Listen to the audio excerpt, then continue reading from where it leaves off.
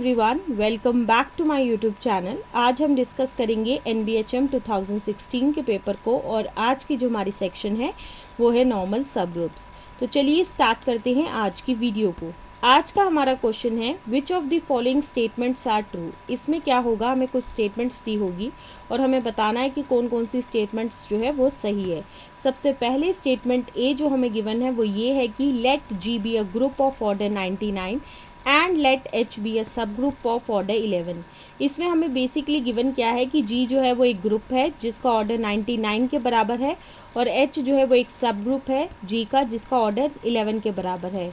इस statement A में basically हमें देखना क्या है कि H is normal in G। हमें बताना है कि क्या H जो है वो नॉर्मल होगा G के अंदर या नहीं होगा। अब हम आते हैं स्टेटमेंट बी की तरफ। स्टेटमेंट बी में हमें गिवन है late H be the subgroup of S3 consisting of two elements that is E and A where E is identity and A denotes the cycle 1-2। इसमें हमें given क्या है कि H जो है वो एक सब ग्रुप है S3 का जिसमें सिर्फ दो ही एलिमेंट्स है और ये पहला एलिमेंट जो है वो E है और ये डिनोट करेगा आइडेंटिटी एलिमेंट है H का और A जो है वो डिनोट करेगा साइकिल 1-2 और ये जो दोनों एलिमेंट्स है ये कंटेन्ड है H के अंदर। अब इसमें हमें देखना क्या है कि H is normal in S3। हमें बताना है कि क्या H जो है वो नॉर्मल सब ग्रुप है S3 का या नहीं है। अब हम आते हैं स्टेटमेंट सी की तरफ। स्टेटमेंट सी में हमें गिवन है let G be a finite group and let H be a subgroup of G. Define W is equal to intersection of all those G belongs to G, GH G inverse. इसमें हमें क्या given है कि G जो है वो एक finite group है और साथ ही साथ H जो है वो एक सब ग्रुप है G का और W को जो है वो डिफाइन किया गया है। अब इस स्टेटमेंट सी में हमें बेसिकली देखना क्या है कि W is the normal subgroup of G। हमें बताना है कि क्या W जो है वो नॉर्मल सब ग्रुप है G का या नहीं है। तो चलिए डिस्कस करते हैं हम इन तीनों स्टेटमेंट्स को और सबसे पहली स्टेटमेंट जो हम डिस्कस करने वाले हैं वो है स्टेटमेंट ए के बारे में। और स्टेटमेंट ए को डिस्कस करने से पहले हम डिस्कस करेंगे कुछ इंपॉर्टेंट कॉन्सेप्ट्स को जिसको हम यूज़ करेंगे जब हम सॉल्व करेंगे स्टेटमेंट ए को। ओके, सबसे पहला कॉन्सेप्ट है साइलो पी सब ग्रुप। इसको ऐसे भी कह सकते हैं PSSG। इसमें क्या होता है कि G एक फाइनाइट ग्रुप है और P की पावर n जो है वो डिवाइड करता है ऑर्डर ऑफ G को, लेकिन P की पावर n+1 जो है वो डिवाइड नहीं करेगा ऑर्डर ऑफ G को, जहाँ पे P जो है एक प्राइम डिवाइजर है ऑर्डर ऑफ G का। तो हम ये कह सकते हैं कि कोई भी सब ग्रुप है G का जिसका ऑर्डर P की पावर n है उसको हम क्या कहेंगे, silo P subgroup of G। So this is the concept of silo P सब ग्रुप। नेक्स्ट कॉन्सेप्ट हम जो डिस्कस करने वाले हैं वो है साइलो थर्ड थ्योरम। इसमें क्या होता है, नंबर ऑफ साइलो P सब group that is NP in a group, ये किसके बराबर होता है, इट इज इक्वल टू होगा 1 + P के, जहाँ पे K इज इक्वल टू होगा 0 1 2 3 so on, such that 1 + Pk जो है वो डिवाइड करेगा ऑर्डर ऑफ G को। So this is the concept of silo third theorem. Okay, अब हम आते हैं एक इम्पॉर्टेंट रिजल्ट की तरफ जिसको भी हम यूज़ करेंगे स्टेटमेंट ए के लिए। वो रिजल्ट ये है कि अ यूनिक साइलो P सब ग्रुप इज़ ऑलवेज नॉर्मल। जो भी यूनिक होगा साइलो P सब ग्रुप वो हमेशा नॉर्मल होगा। इसी स्टेटमेंट को हम ऐसे भी लिख सकते हैं, a Sylow P subgroup of a finite group G is normal subgroup of G if and only if it is the only Sylow P subgroup of G। अब हम आते हैं पार्ट ए की तरफ। जैसा कि हमें part A में गिवन है कि G जो है वो एक ग्रुप है जिसका ऑर्डर 99 के बराबर है और H एक सब ग्रुप है G का जिसका ऑर्डर 11 के बराबर है।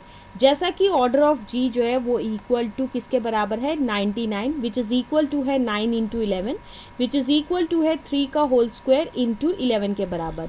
यहाँ पे 11 की पावर 1 जो है वो डिवाइड कर रही है ऑर्डर ऑफ G को, लेकिन 11 की पावर 1 + 1 जो है वो डिवाइड नहीं कर रही है ऑर्डर ऑफ G को। तो इसका क्या मतलब है कि G के पास 11 SSG का जिसका ऑर्डर जो है वो 11 की पावर 1 के बराबर है विच इज़ इक्वल टू 11 के बराबर है। अब हमें कैलकुलेट करना है कि कितने 11 SSG होंगे। So therefore number of 11 SSG that is N11 is equal to होगा 1 + 11 K, जहाँ पे 1 + 11 K जो है वो डिवाइड करेगा ऑर्डर ऑफ G को और K की वैल्यू जो है वो 0 1 2 3 सो ऑन होगी। अगर हम K को जो है इक्वल टू 0 के बराबर लेंगे तो N11 इज इक्वल टू होगा 1 + 11 × 0, विच इज इक्वल टू 1 के बराबर होगा। यहाँ पे क्या है कि n11 इज इक्वल टू 1 के बराबर है, साथ ही साथ 1 जो है वो डिवाइड कर रहा है ऑर्डर ऑफ g को, दैट इज 1 डिवाइड्स 99। सो इसीलिए n11 इज इक्वल टू 1 जो है वो पॉसिबल है 11 SSG के लिए। अब हम पुट करेंगे k इक्वल टू 1, तो हमें n11 इज इक्वल टू मिलेगा 1 plus 11 into 1 which is equal to होगा 1 plus 11 which is equal to 12 के बराबर होगा। n11 जो है वो 12 के बराबर है, लेकिन 12 जो है वो डिवाइड नहीं कर रहा है 99 को, सो इसी वजह से जो है n11 इज इक्वल टू 12 ये पॉसिबल नहीं है 11 SSG के लिए। अगर हम सिमिलरली पुट करेंगे k equal to 2, 3, 4 so on, ये भी चीज़ें जो है वो पॉसिबल नहीं होने वाली है 11 SSG के लिए। सो सिर्फ n11 इज इक्वल टू 1 ही जो है वो पॉसिबल है। सो यहाँ से हमें क्या पता चला कि g के पास एक यूनिक 11 SSG है, या कह सकते हो एक यूनिक सब ग्रुप है जिसका ऑर्डर 11 के बराबर है। जैसा कि स्टेटमेंट ए में हमें गिवन है कि h एक सब ग्रुप है g का जिसका ऑर्डर 11 के बराबर है, और अभी हम डिस्कस करके आए हैं कि g के पास सिर्फ एक ही सब ग्रुप होगा जिसका ऑर्डर 11 होगा। इसका क्या मतलब है कि वो सिर्फ h ही होगा। तो यहाँ से हमें क्या मिलेगा कि h जो है वो नॉर्मल सब ग्रुप है g का। क्यों ऐसा आया? क्योंकि h is the only silo 11 सब ग्रुप ऑफ g। तो इसी वजह से जो है स्टेटमेंट ए जो है वो हमारी बिल्कुल सही है। अब हम आते हैं स्टेटमेंट बी की तरफ। जैसा कि हमें स्टेटमेंट बी में गिवन है S3 और H का जिक्र है, तो सबसे पहले हम S3 को डिफाइन करेंगे। S3 इज इक्वल टू होगा, इसमें वो सारे एलिमेंट्स होंगे। सबसे पहला एलिमेंट होगा I, दूसरा एलिमेंट होगा साइकिल 1, 2, तीसरा होगा साइकिल 1, 3, चौथा होगा साइकिल 2, 3, पांचवा होगा साइकिल 1, 2, 3 और छठा होगा साइकिल 1, 3, 2। और H जैसा कि हमें क्वेश्चन में गिवन है it is equal to I and 1, 2, और साथ ही साथ हमें ये भी गिवन है कि H जो है वो सब ग्रुप है S3 का। अब इस स्टेटमेंट बी में हमें बेसिकली चेक क्या करना है कि क्या H जो है वो नॉर्मल सब ग्रुप है S3 का या नहीं है। तो उसके लिए हम एक काउंटर एग्जांपल लेंगे। हम मान के चलेंगे A इज इक्वल टू जो है वो साइकिल 1, 2 और ये बिलोंग कर रहा है H के अंदर, और B इज इक्वल टू है साइकिल 1, 3 और ये जो है वो बिलोंग कर रहा है S3 के अंदर। अब हम चेक करेंगे कि क्या B इनवर्स जो है वो बिलोंग कर रहा है H के अंदर या नहीं है। अगर B इनवर्स जो है वो बिलोंग नहीं करेगा H के अंदर, तो हम ये कह सकते हैं कि H जो है वो नॉर्मल सब ग्रुप नहीं है S3 का। जैसा कि हमने लेट किया हुआ है कि B इज इक्वल टू है साइकिल 1, 3 के बराबर, और ये जो है वो बिलोंग कर रहा है S3 के अंदर, तो ऑर्डर ऑफ B किसके बराबर है? इट इज इक्वल टू 2 के बराबर है। यहाँ से हमें क्या मिलेगा? B की power 2 is equal to E के बराबर होगा, which further implies that B is equal to B inverse के बराबर होगा। सो यहाँ से क्या मिलेगा? B inverse is equal to होगा साइकिल 1, 3 के बराबर।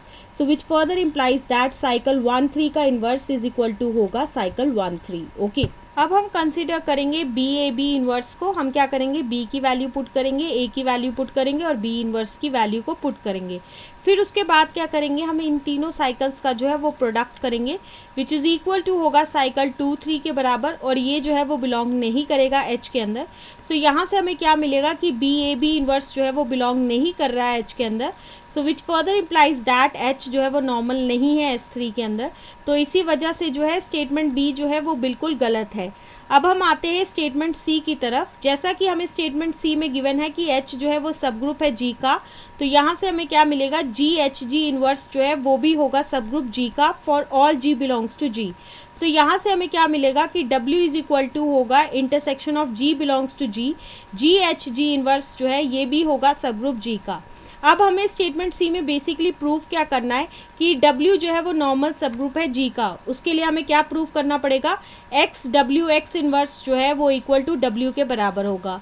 तो उसके लिए हम क्या करेंगे? कंसिडर करेंगे X inverse which is equal to होगा X into intersection of G belongs to G, G inverse into X inverse which is equal to होगा intersection of G belongs to G, G inverse X inverse which is equal to होगा intersection of G belongs to G, XG का whole inverse which is equal to होगा intersection of G dash belongs to G, G dash H G dash का whole inverse जहाँ पे g dash जो होगा वो equal to होगा xg के बराबर, और ये जो है वो बिलोंग करेगा g के अंदर, जहाँ पे x और g जो है वो बिलोंग कर रहा है g के अंदर। क्योंकि g जो है वो एक ग्रुप है तो यहाँ से हमें क्या पता चलेगा कि क्लोजर प्रॉपर्टी जो है वो होल्ड करेगी g के अंदर। So which is equal to होगा w के बराबर। So therefore x w x inverse जो है वो इक्वल टू w के बराबर होगा। सो यहाँ से हमें क्या पता चला कि w जो है वो एक नॉर्मल सब ग्रुप है g का। So the true statements are a and c। तो इसी वजह से जो है a और c जो है will be the answer of this question, and this is the explanation to this particular question. With the explanation of this question, this is the end of this video. Stay tuned for the next video.